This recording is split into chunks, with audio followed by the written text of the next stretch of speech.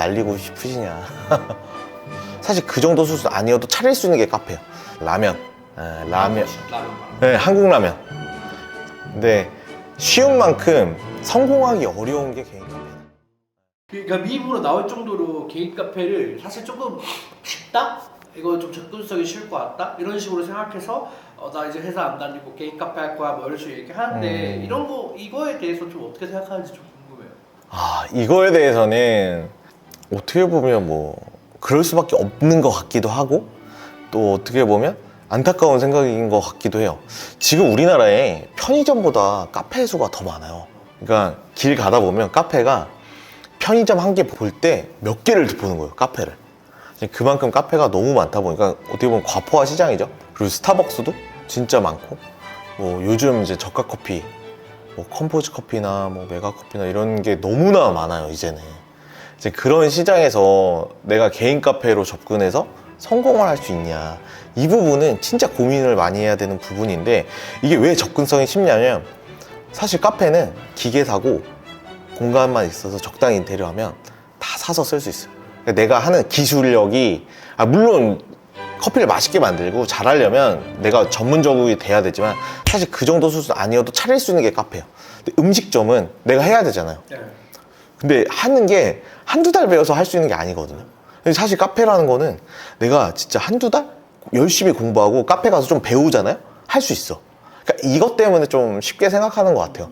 근데 이게 잘 생각해 봐야 되는 거는 내가 투자한 대비 이 매출과 수익이 카페가 과연 좋냐를 생각해야 되는데, 옛날처럼 커피도 물이니까 한 잔에 원가 얼마 안 되니까 이거 많이 남는다, 이 시대는 지금 갔어요. 저가 커피 시장이 엄청 커졌기 때문에 저희가 뭐 컴포즈처럼 1,800원, 1,700원 막 이렇게 팔 수 없잖아요. 그렇게는 절대 안 되거든요, 개인이.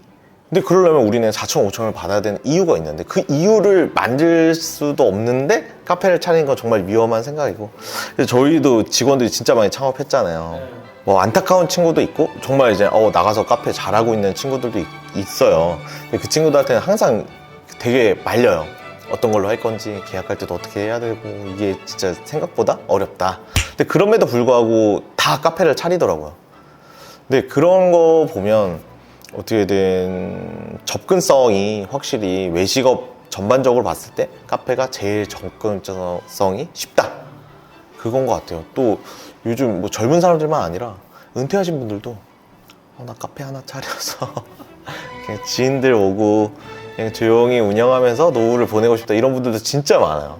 그럼 가서 얘기하죠. 요즘 다 날리고 싶으시냐. 근데 쉬운 만큼 성공하기 어려운 게 개인 카페다. 네.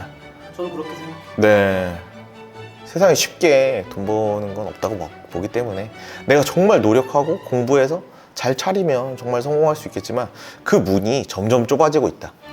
저는 오히려 개인 카페는 위스키바랑 비슷하다고 생각이 들어요. 그러니까 위스키바는 그 위스키바를 운영하는 사장님을 보고 가는 거잖아요. 맞아요. 대화를 하려고. 맞아요. 근데 결국 개인 카페의 규모나 약간 사람들한테 브랜딩으로서 인식되는 규모가 위스키바랑 좀 비슷해가지고 맞아요. 사장님이 매력 있으면 잘 될 수는 있으나 딱히 그런 게 아니면 갈 필요가 없지 않나라는 생각도 맞아요. 적이 있거든요. 이게 굉장히 핵심인데, 그러다 보니까 개인 카페를 하면 내가 한 2, 3년 이 브랜드가 자리 잡기까지는 쉴 생각하면 안 돼. 그냥 7일 다 출근해서 내가 응대하고 내가 내려주고 내가 맛있게. 그래서 이게 어느 정도 단골도 되고 매출이 캐파가 올라왔을 때 그때 가서 좀 쉬고 그때 가서 좀 직원을 뽑아야 되는데, 뭐 우리는 그렇지가 않잖아요. 아까도 질문할 때 얘기하신 게 다 뭐 퇴직하고 카페나 하자. 그러면 내가 회사 다닐 때 며칠 했어? 주 5일 했죠. 그리고 8시간 일했잖아. 근데 안 되거든요, 그게. 근데 그렇게 해서 하면 제가 볼 때는 굳이 사업을 월급 받는 게 제일 편하지 않을까? 근데 이제 그래서 그런 좀 각오를 하고 하시면 뭐 또 잘 될 수도 있는 부분이니까 좀 그런 생각을 한 번은 꼭 했으면 좋겠다. 뭐 이거는 이전 답변이랑 좀 일맥상통할 수도 있지만 아직 해보진 않았지만 도전해보고 싶은 업종이 있는지. 있죠. 일단 아까도 얘기했지만 고깃집은 너무 해보고 싶고, 두 번째가 사실 바를 해보고 싶었어요. 근데 이제 그런 바가 그 클래식 바도 있는데, 클래식 바는 정말 나중에 하고 싶고, 그 1차 술집이라고 해야 되나?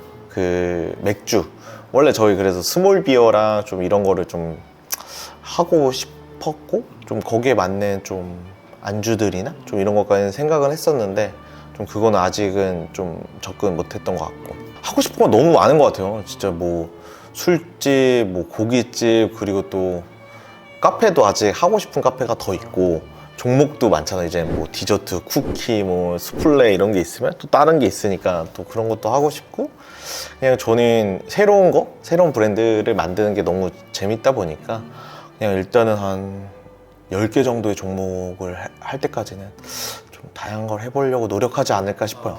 우선 세 가지. 투데이즈랑 그 구우키시랑 오투치를 시작하기 전에 어떤 생각으로 이걸 생각하게 됐는지 좀 궁금해요. 일단은 저희가 첫 매장이 이제 오투칠이잖아요. 제 카페로서의 첫 브랜드는 오투칠 같은 경우는 그냥 그 공간을 보고 영감을 얻었어요.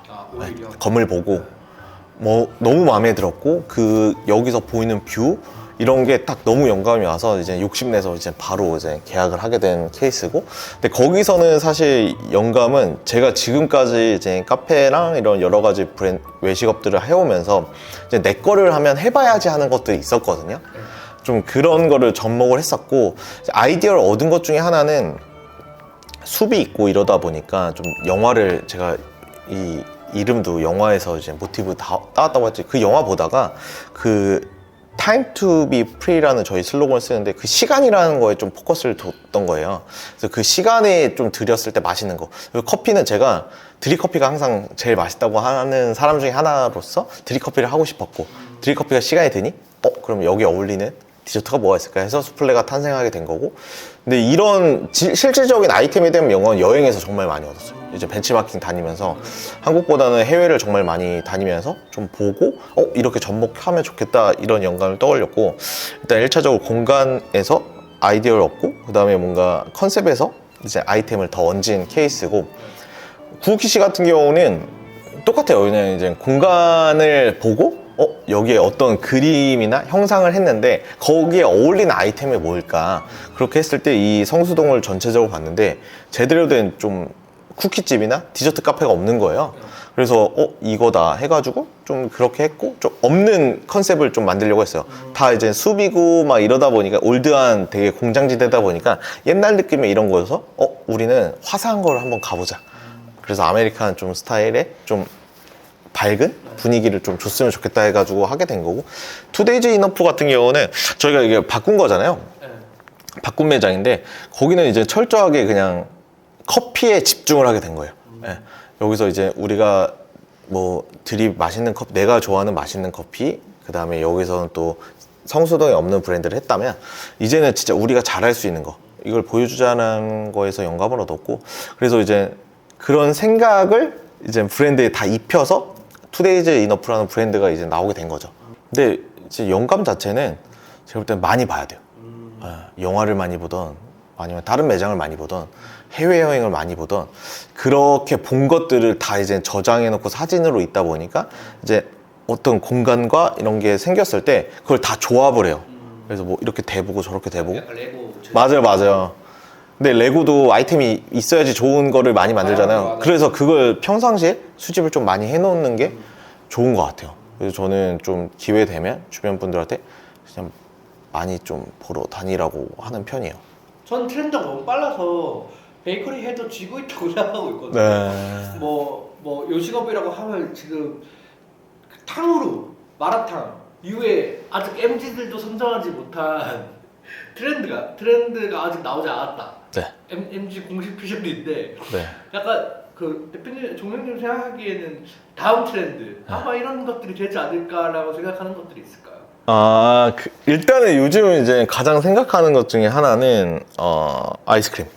아이스크림. 네, 아이스크림이 한번 오지 않을까 이렇게 하고 있어요. 아이스크림이 되게 익숙한 아이템이거든요. 근데 아이스크림에서 되게 베스킨라빈스 이후로 뭐 획기적인 브랜드가 나온 게 없어요. 다 이제 젤라또 이런 식으로 가다 보니까 너무 비싸지고 이러니까 좀 아이스크림에서 좀 한번 해볼 만하다라는 생각이 있고 그리고 소비량도 꽤 있기 때문에 그리고 친한 대표님도 그렇고 사부님도 뭐 얘기해준 아이템인데 이제 라면. 라면 말하는. 네, 한국 라면. 사실 라멘이나 다른 면들은 되게 유명한데 브랜드가 많아요. 근데 라면은 없다. 그러니까 라면 하면 이제 끓여 먹는 거 내가 봉지라면 뭐 농심이나 이런 신라면 이런 브랜드는 있지만 오프라인 매장에서의 이런 브랜드는 없어서 좀 그런 쪽도 괜찮을 수 있지 않을까라는 생각은 하고 있어요. 약간 지금 시장의 조금 흐름이 좀 그렇게 가는 것 같아요. 이제 익숙하지만 되게 편하게 다가올 수 있는 그런 거에 좀 포커스가 되고 그런 게 지금 올해는 어떻게든 뭔가는 하나 나오지 않을까라는 생각은 하고 있어요. 그러다 보니까 이제 뭐 분식 같은 경우도 이제는 분식이 아니잖아요. 분식이 이제 요리가 돼버린 시대가 돼버려가지고 조금 더 이 불경기나 이제 뭐 경기침체 때 좀 눈에 띄는 브랜드가 뭐가 나올지 저도 궁금하고 뭐 사실 저도 시도는 해보고 싶지만 잘하는 부분은 아니다 보니까 좀 고민을 계속 하는 거죠. 아이스크림도 너무 관심 많고 요식업에서 제일 중요한 거는 결국에 저는 이제 사람이라고 보고 있어요.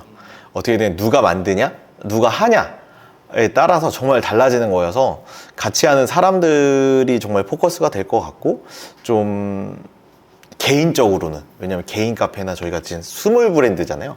그랬을 때는 정말 사람이 중요한 것 같고 뭐 대기업이 되고 뭐 이런 프랜차이즈가 됐을 때는 진짜 그 브랜드가 주는 그 이미지가 제일 중요하겠지만 근데 그 브랜드를 만드는 것도 결국 사람이다.